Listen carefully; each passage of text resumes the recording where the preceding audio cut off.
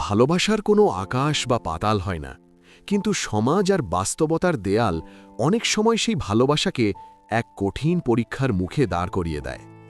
তেমনই একটি গল্প শাহবাজ আর সুরাইয়ার। পরিচয়ের শুরু।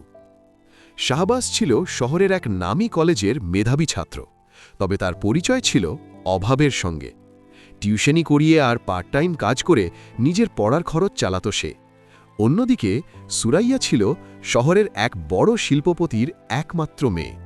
প্রাচুর্যের মাঝে বড় হওয়া সুরাইয়ার মনটা ছিল একদম সাধারণ।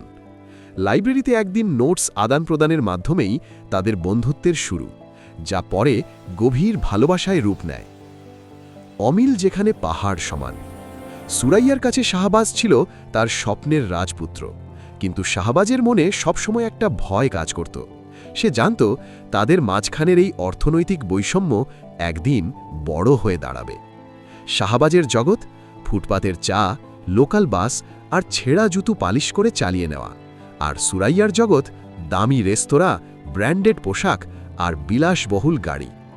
সুরাইয়া শাহবাজকে ভালোবাসত তার সত্যতা আর ব্যক্তিত্বের জন্য।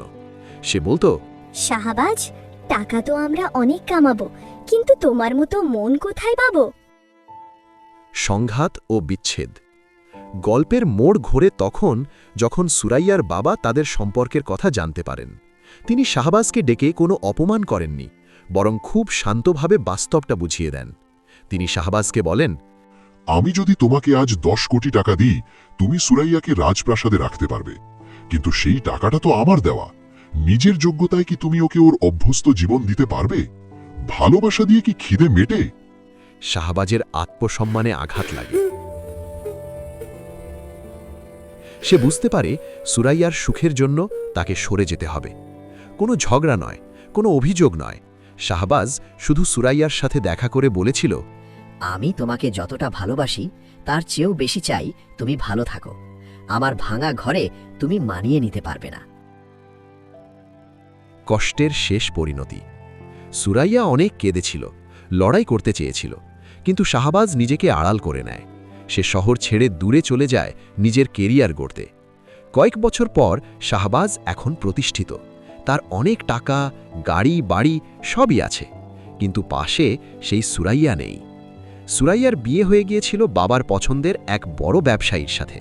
তারা দুজনেই আজ নিজেদের জীবনে সফল, কিন্তু কোনো এক বৃষ্টির রাতে বা পুরনো কোনো গানের সুরে তারা আজও একে অপরকে মনে করে অনেক কাঁদে। উপসংহার। এই গল্পটি আমাদের শেখায় যে ভালোবাসা অনেক সময় পরিস্থিতির কাছে হেরে যায়। টাকা দিয়ে ভালোবাসা কেনা যায় ঠিকই, কিন্তু টাকার অভাব অনেক সাজানো স্বপ্নকে তাসের ঘরের মতো ভেঙে দিতে পারে। তো বন্ধুরা, আপনাদের এই গল্পটি কেমন হয়েছে কমেন্টে বলে যাবেন। আর হ্যাঁ, পরবর্তী ভিডিওতে কার কার নাম দেওয়া হবে তারা সাবস্ক্রাইব এবং বেল আইকন অন করে কমেন্টে নাম লিখে যাবেন।